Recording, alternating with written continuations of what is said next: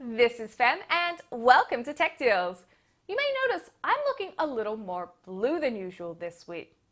Don't worry, it's in celebration of the brand new eWin racing chair that I received to review. But Fem, don't you own a DXRacer? Why would you be interested in a different brand?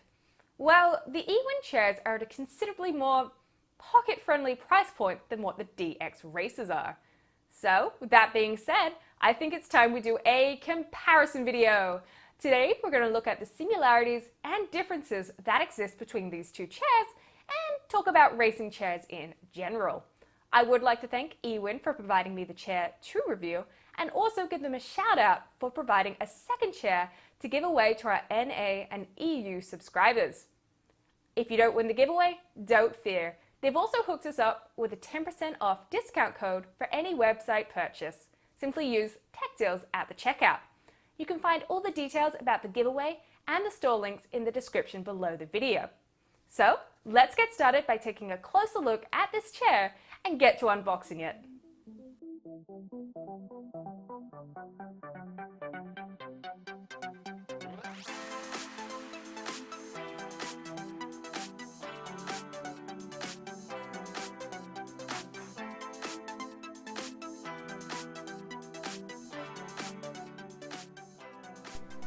Okay, so let me be honest with you. I actually unboxed this chair about a week and a half ago. I wanted to give myself some proper time to really give the chair a good road test. I tried using it while I was streaming, video editing, and then just generally sitting at my computer. I also tried it over various amounts of time length. That is, for 1 hour at a time, 3 hours at a time, and in one situation up to 8 hours at a time. I wanted to do this so I could really understand the comfort differences between this and the DXRacer. It's one thing to say, oh, this is comfortable for the first 5 minutes, but how will it feel after several hours? This actually did lead me to realize quite a few things. First thing I will say about this chair was constructing it took considerably less time than what my DXRacer did. It only took about 20 minutes in comparison to the 45 I spent otherwise. First thing I really like about the chair, won't lie. But anyway, now that we've gotten it out of the box and given it a spin, let's start talking about the comparison points of these two chairs. Despite the differences in the price point, both the DXRacer and the eWin have quite a few similarities. Both come with the neck and lumbar support cushions. Both chairs are able to fully recline and have tilt controls. Adjustable armrests are also a major feature, being able to adjust them height and positioning wise. Both chairs are sat on a 5-caster system with adjustable height measures. While there are several factors that make these chairs very similar, there are also several factors, in my opinion, that really set them apart. One of the first things I noticed about the eWin chair when I took it out of the box was that it is quite soft.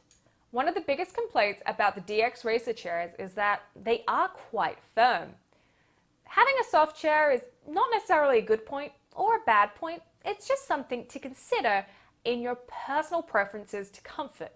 To me, I actually prefer a firmer chair, so this kind of loses a point here for me, but it is great for those who prefer it softer. Whether this softness, however, was intended, I'm not really sure. With the lower price point, of course, cutbacks had to be made. And I will say there are a few quality issues here and there.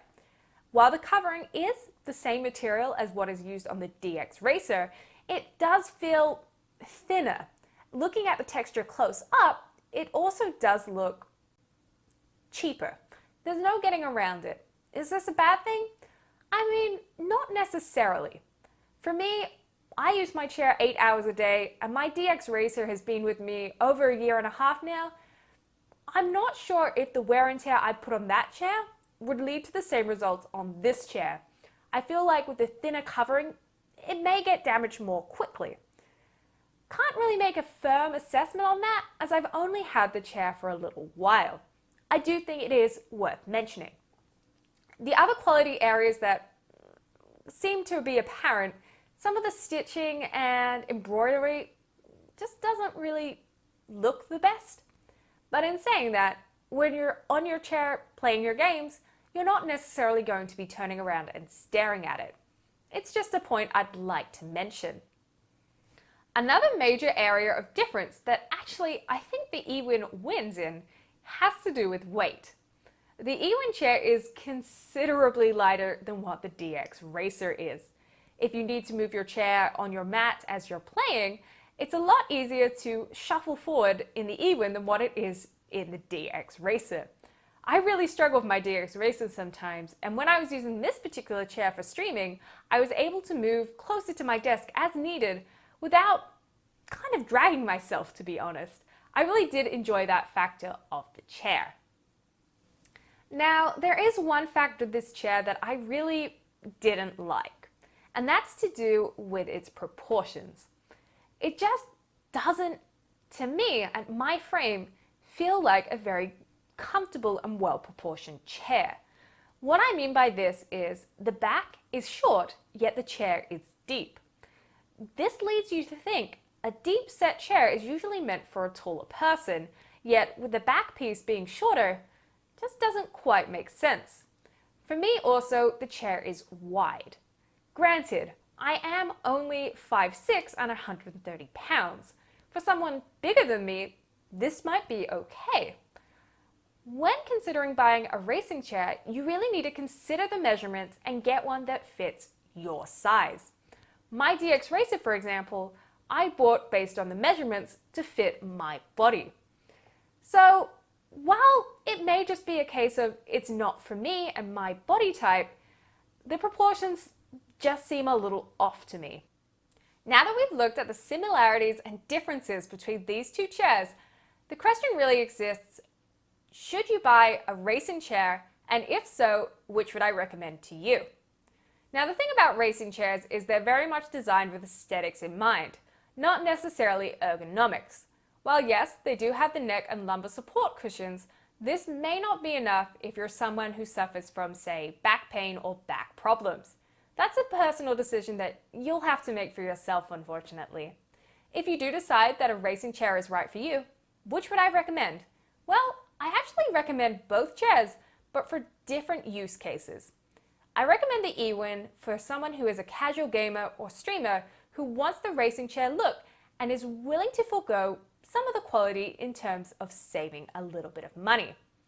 The chair offers all the same functions and features of the DXRacer, however, just sees a lower quality overall materials. That is, the covering just isn't as nice and may not stand up over the long run. The DXRacer, on the other hand, I'd probably recommend for your more avid streamers or gamers. The build quality is there, and if you're putting long hours into your chair, I feel like durability over the long run will really be worth it. Ultimately, it does come down to cost. The Ewin is cheaper than the DXRacer. With the drop in cost, you do have a slight drop in quality. You really get what you pay for. But in saying that, the Ewin has a lot of the same features and functions of that DXRacer. If that's what's important to you, and you don't mind a little drop in quality, go for the Ewin. It is a really good chair at a really good price point. If you've liked this video, give it the thumbs up. If you've loved this video, share it with a friend. Make sure you enter our giveaway in the video description down below. And while you're down there, make sure you hit that subscribe button. We'll see you next time. Bye for now.